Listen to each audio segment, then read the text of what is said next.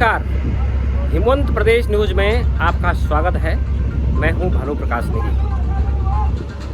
उत्तराखंड में पलायन की समस्या विकराल होती जा रही है और पलायन की जो समस्या है उस समस्या का सबसे बड़ा कारण अभी तक रोजगार न होना रहा है।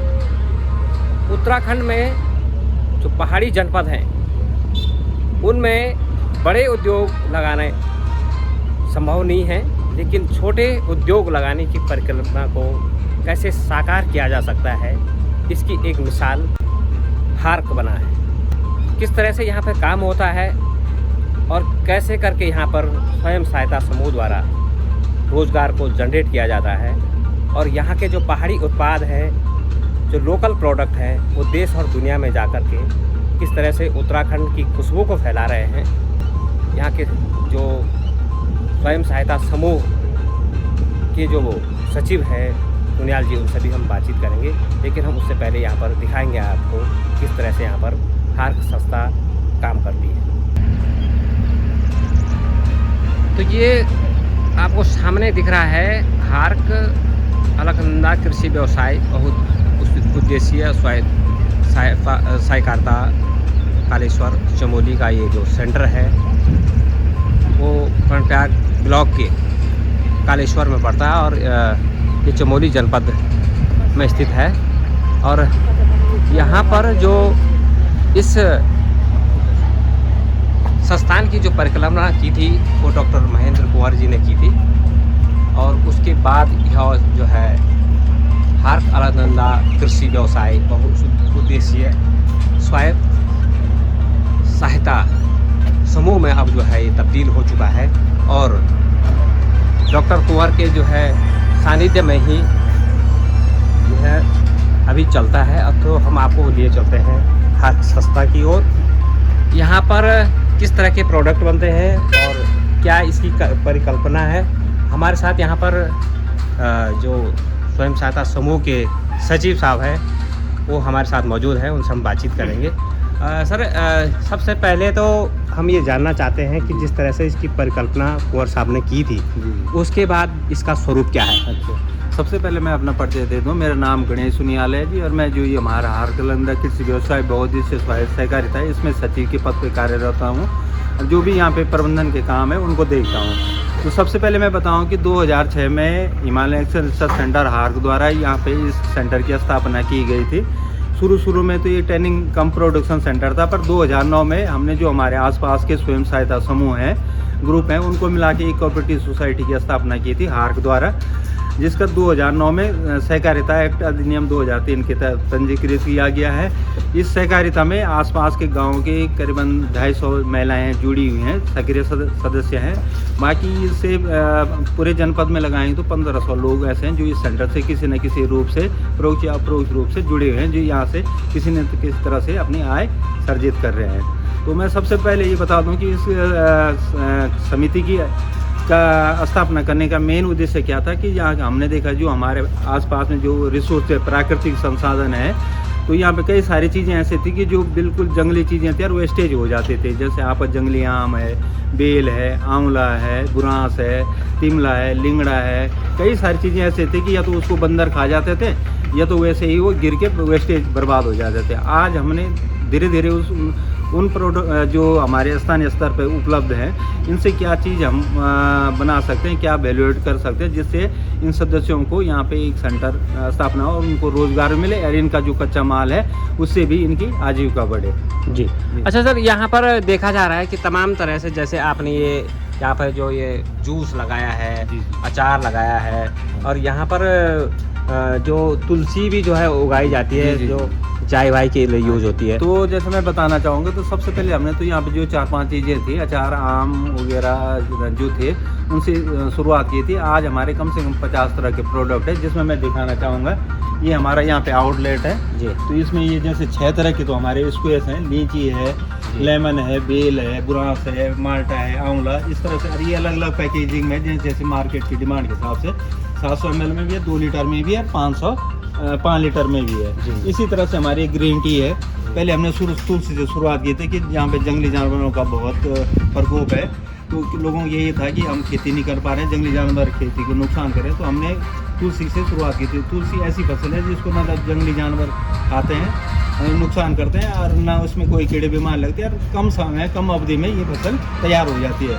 तो इससे हमने शुरू में एक तुलसी ग्रीन टी, ये हमारे प्रोडक्ट है, ये तैयार किया था। जैसे जैसे हमारा प्रोडक्शन बढ़ने लग गया तो हमने इसके अलग अलग फ्लेवर बनाने लग गए। जैसे ये तुलसी जिंजर है, तुलसी मसाला है, इस तरह से 8-10 फ्लेवर में आज हम इस टी को मार्केट में प्रमोशन बिक्री व्यापार कर रहे हैं, बिजनेस कर रहे हैं। तो इसी तरह से हमारे 10-12 तरह के अचार्स हैं, पिकल्स हैं ये यहाँ पे, जैसे वाइल्ड लेमन है, लिंगड़ा है, मिर्च है, लहसुन है, आंवला है, आम है, इस तरह से 10 तरह के अचार भी हैं। और इस तरह से हमारा नए नए प्रोडक्ट हम हर समय तैयार करते रहते हैं, जिनको अब तो हार्क संस्था में आप देख रहे हैं किस तरह से यहाँ पर स्वयं सहायता समूह की महिलाएं काम करती हैं, और किस तरह से यहाँ पर जो लोकल प्रोडक्ट है, चाहे वो जंगली उत्पाद हो, चाहे वो जो है लोकल यहाँ का कुछ भी उत्पाद हो, उसका जो है प्रोडक्शन किस तरह से होता है आपको दिखाएं। ये जो है यहाँ पर लिंगुड़ा है, और उनियाल जी से जानेंगे, उनियाल जी इसकी प्रोसेसिंग क्या होती है? ये जब बरसात के समय में यहाँ हमारे आसपास के इलाकों में बहुत सारा प्रचुर मात्रा में लिंगड़ा पाया जाता है, जिसको हम उस सीजन में उस समय इसको कलेक्ट कर देते हैं, साल भर इसको प्रोसेस करके इसके अचार बनाते रहते हैं। तो आज ये जैसे ये भी देख रहे होंगे आप, ये लिंगड़ा है, हमने ये पिछले साल जुलाई अगस्त में एकत्रित कर देता है और इसका प्रिजर्वेशन करके संरक्षित करके रख दिया था। अब जैसे जैसे हमारे पास डिमांड आती है, वैसे हम इसकी कटिंग करके अभी इसको प्रोसेस करेंगे। अभी इसकी कटिंग चल रही है, उसके बाद इसमें मसाले मिला के फिर अब इसकी पैकिंग होगी। जी। और इसमें जैसे औषधीय जो गुण होते हैं सर, उसके बारे में भी थोड़ा सा बताइए। हाँ, इसमें तो जो हमारे एक तो ये नेचुरल है कि इसको जैसे खेतों में होते हैं लोग खाद वगैरह जो इस्तेमाल करते हैं, इसे जंगलों में नेचुरल तरीके से इस्तेमाल होता है, और इसमें कई सारे औषधीय गुण भी विद्यमान है, पाए जाते हैं जी, जिसमें हम धीरे धीरे शोध और रिसर्च करते रहते हैं कि इसमें क्या क्या वो है। अच्छा, लिंगुड़ा के अलावा जैसे अन्य जंगली उत्पाद और अन्य किन किन चीज़ों का आप लोग जो यहाँ पर अचार बनाते हैं? जैसे लिंगड़े के अलावा जैसे हमारा तिमला हो गया, आपका गुरियाल हो गया, कचनार हो गया, और इसके अलावा भी कई सारी चीज़ें हैं, तो उस पर भी धीरे धीरे हम शोध और रिसर्च कर रहे हैं कि इसके अलावा भी जो और चीज़ें हैं। और आम जैसे जंगली मात्रा में पाया जाता है? आम का तो काफ़ी लार्ज स्केल में है। आम तो हमने जब इस सेंटर की स्थापना हुई थी, आम से ही हमने शुरुआत की थी, क्योंकि सबसे ज़्यादा जो पाए जाते हैं यहाँ पे जंगली आम ही पाए जाते हैं, जिससे हमने शुरुआत की थी। वैसे ही वाइल्ड लेमन है, उसके बाद उससे भी शुरुआत की थी। तो ऐसे थे ये 2-4 सालों से हम लिंगड़ा तिमला से आ गया। इसके अलावा हम और चीज़ भी देख रहे हैं जो जंगलों में पाए जाते हैं, जिसका भी इस्तेमाल नहीं हो रहा, तो उसमें भी हम धीरे धीरे शोध करते रहते हैं। तो लिंगड़े के अचार को आपने देखा कि किस तरह से बन रहा है, और फाइनली जब इसका लेबल तैयार हो जाता है और उसको किस तरह से पैकेजिंग किया जाता है, और ये जो है तैयार है आप मार्केट में जाने के लिए। और इस तरह से जो सुरक्षा के मानक हैं और जो इसकी लेबलिंग होती है, उसको जो है बहुत अच्छी तरह से जो है इसको यहाँ पर पैकेज किया जाता है। सर, ये जो प्रोसेस है और इसके बाद ही जो मार्केट में भेजा जाता है? हाँ जी सर, जैसे अभी आपने देखा था कि कुछ लोग अभी कटिंग कर रहे थे, अभी ये बन के तैयार हो गया है। इस तरह से 400 ग्राम की बोतल में हम इसको पैक कर देते हैं। अब आप देख रहे होंगे ये इसमें लेबल लगा रहे हैं, और वहाँ पे ये श्रिंक हो रहा है। उसके बाद ये जो हमारी पैकेजिंग बॉक्स है उसमें पैक होके मार्केट में प्रमोशन या बिक्री के लिए तैयार होगा। तो अचार के बाद हम आपको दिखा रहे हैं यहाँ पे संतरे का जूस, किस तरह से इसको बनाया जाता है और किस तरह से इसकी पैकेजिंग होती है। तो थोड़ा सा इसके बारे में भी आप जानकारी दो।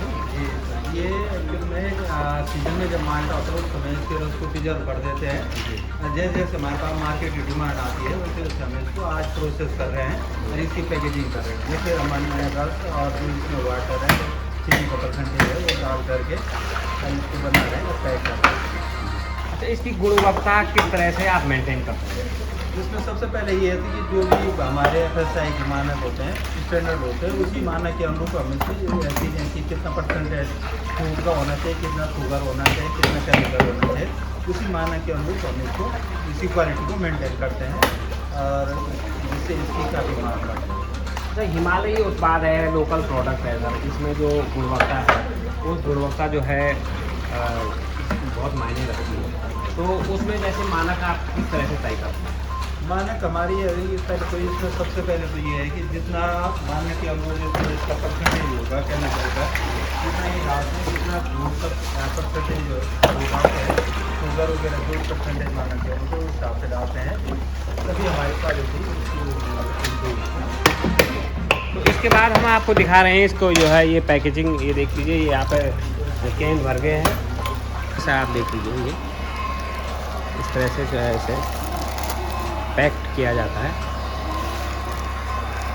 ये श्रिंक रैपिंग बोलते हैं इसको, जिससे इसमें जो लेबल लगा हुआ वो भी सुरक्षित रहे और इसमें कोई धूल कंकर पत्थर न जाए, और इसमें एक तरफ से ये सील बंद हो गया।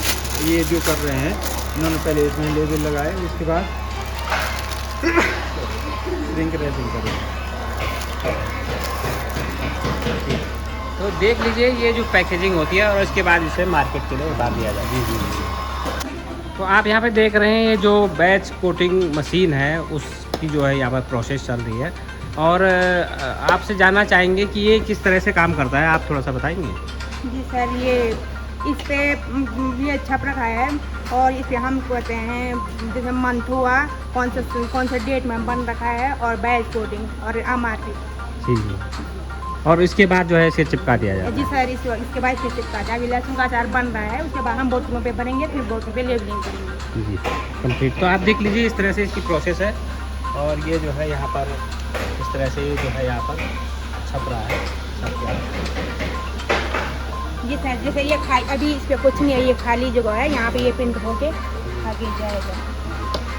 ये खाली जगह पे ये प्रिंट हो करके आ गया है, और ये यहाँ पर ये प्रोसेस यहाँ पर पूरी हो जाती है। तो हार्क संस्था में यहाँ पर जैम जूस के अलावा तमाम प्रकार की जो तुलसियाँ होती है उनके भी जो है यहाँ पर चाय पत्ती के तौर पर जो है इसको यूज़ किया जाता है, बनाया जाता है। किस तरह से पैकेजिंग देख लिए, इसमें सबसे पहले चाय पत्ती को जो है ऐसे पैकेटों में पैक किया जाता है, और उसके बाद जो है यहाँ पर आपको दिखाएं ये जो इसके पैकेट है इनको तैयार किया जाता है, और फिर इनको जो है यहाँ पर इसमें भर के बिल्कुल ये मार्केट के लिए तैयार किए जाते हैं।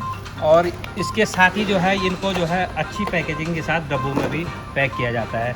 तो उनियाल जी आप ये बताइए कि जो ये डब्बा है आपने ये तैयार हो गया है, ये जो तुलसी है वो किस तरह की तुलसी है, किस तरह का जो है इसमें मानक है? जी, जैसे आप देखेंगे तो ये है हमारा रामा तुलसी है, जो रामा तुलसी की वैरायटी होती है वो है। और इसमें देखेंगे हमने सारे जो इंग्रेडिएंट्स होते हैं, जो भी इसके इंग्रेडिएंट हैं सब इसमें छाप रखे हैं। और इसको देखेंगे आप तो ये हमारा राष्ट्रीय अंतर्राष्ट्रीय स्तर पे इसकी सप्लाई हो रही है।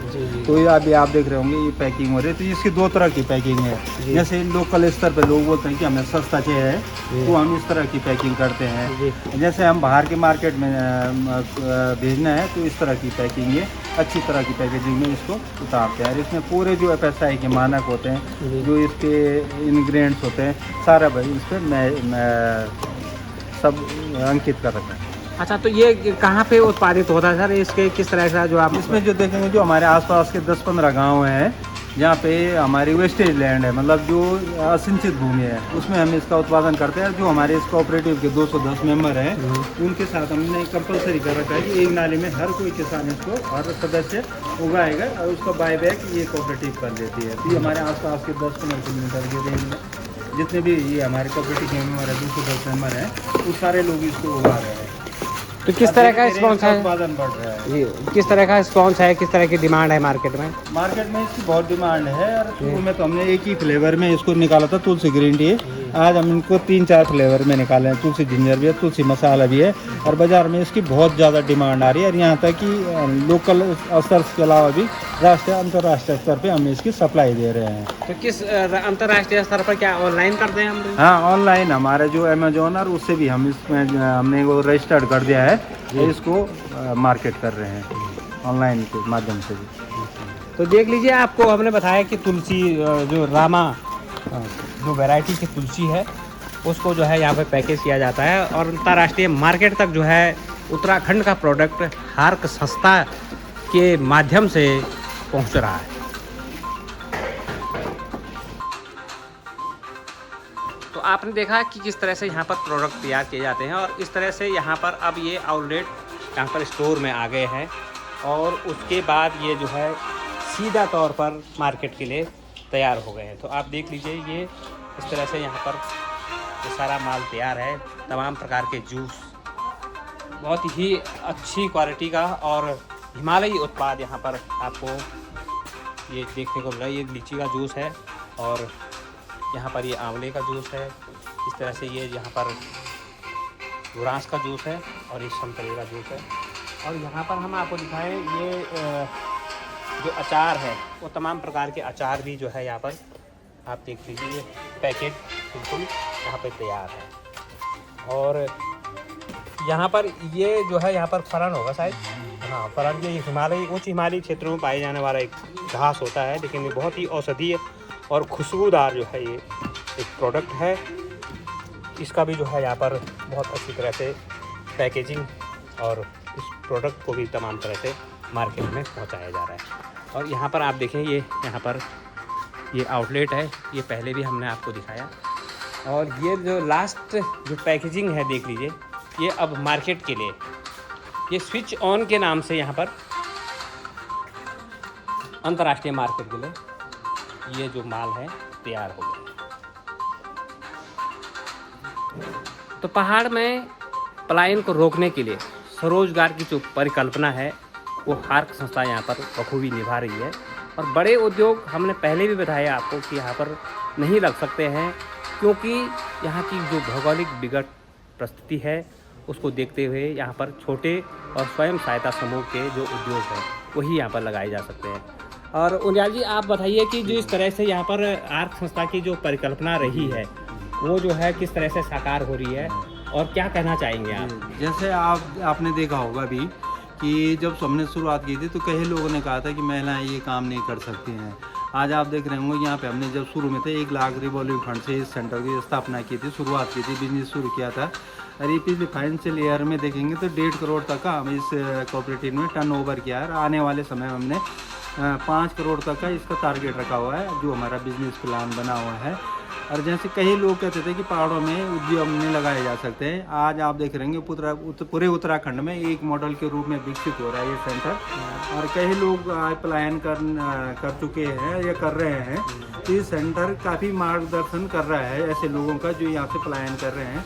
जबकि ऐसा है कि अगर इस तरह के सेंटर जैसे यहाँ पे ये खुला है, इसी तरह के और सेंटर भी विकसित किए जाएँ तो आने वाले टाइम पे हम काफ़ी हद तक पलायन को रोक सकते हैं। ऐसा है नहीं है कि पहाड़ों में मतलब उद्यम नहीं लगाया जा सकता। अगर थोड़ा सा प्रयास और मेहनत करें तो सारी चीज़ें सक्षम हो सकती है। ये छोटे उद्योग, जो छोटे उद्योग और अच्छे ढंग से लग सकते हैं या उनको बढ़ावा दिया जा सकता है। अच्छा, इसमें सर जैसे जो हार्क के जो संस्थापक सचिव रहे हैं डॉक्टर महेंद्र कुमार जी, उनका किस तरह का रोल इसमें रहा है? आप देखेंगे कि जब से 2006 में इस सेंटर की स्थापना की थी तो मेन हमारे जो हार्क के सचिव श्री महेंद्र सिंह कुंवर जी हैं, उन्हीं की सोच के आधार पे इस सेंटर की यहाँ पे स्थापना की गई थी। और उनकी मार्गदर्शन में आज ये सेंटर यहाँ तक उभर के आया। जैसे मैंने अभी भी कहा था, 1 लाख से हम रिवॉल्विंग फंड से शुरू किया था और पिछले फाइनेंशियल में 1.5 करोड़ का टर्नओवर है। उसमें सबसे अहम भूमिका हमारे जो हार के सचिव है महोदय हैं महेंद्र सिंह कुंवर जी, उनका सहयोग इस कोऑपरेटिव के विकास में सबसे अपूर्णीय है।